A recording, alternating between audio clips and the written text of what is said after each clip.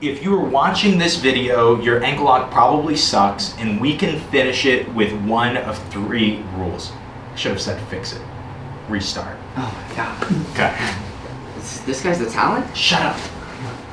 If you're watching this video, your ankle lock probably sucks, and we can fix it with one of 3 very simple rules. And so here, when we're looking at the ankle lock, we're going to kind of just work our way down to what you'll see matters. One of the most important things is what big joint you are controlling. You can control the hip or you can control the knee, but you'll notice most ankle locks that we see will kind of do both. So you see kind of like the standard, and if there is space here, if his knee is still kind of free, what you'll notice when I start to put pressure is he can kind of follow me into this position, and he kind of absorbs the whole ankle lock with his whole leg. I need to kind of isolate that so I can just attack his ankle. And so if I'm here, I might shoot my hips in, and this will let me start to get my finish from there.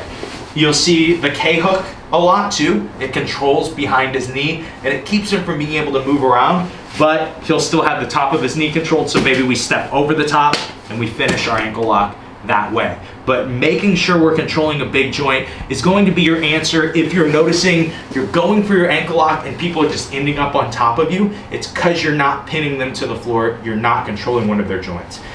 The next thing that you'll see people do is they won't have their arm in the right position. So there's all these different videos that say you need your wrist on the Achilles tendon. You can do that, but it is not a necessary thing to finishing a straight ankle lock.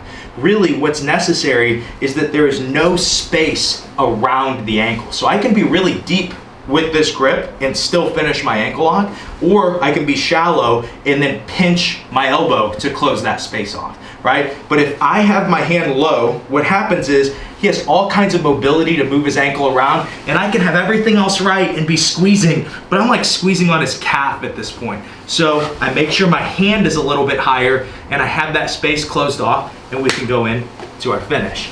The last thing when it comes to finishing a straight ankle lock is I have his major joint controlled.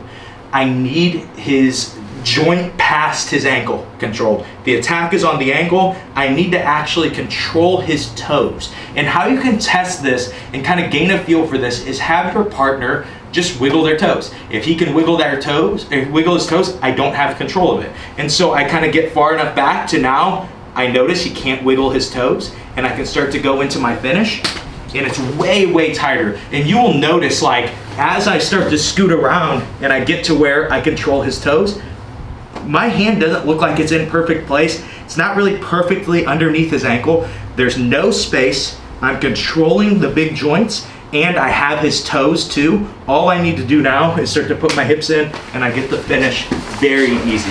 And so if you're having a problem with your straight ankle lock, I guarantee you one of those rules is going to fix it.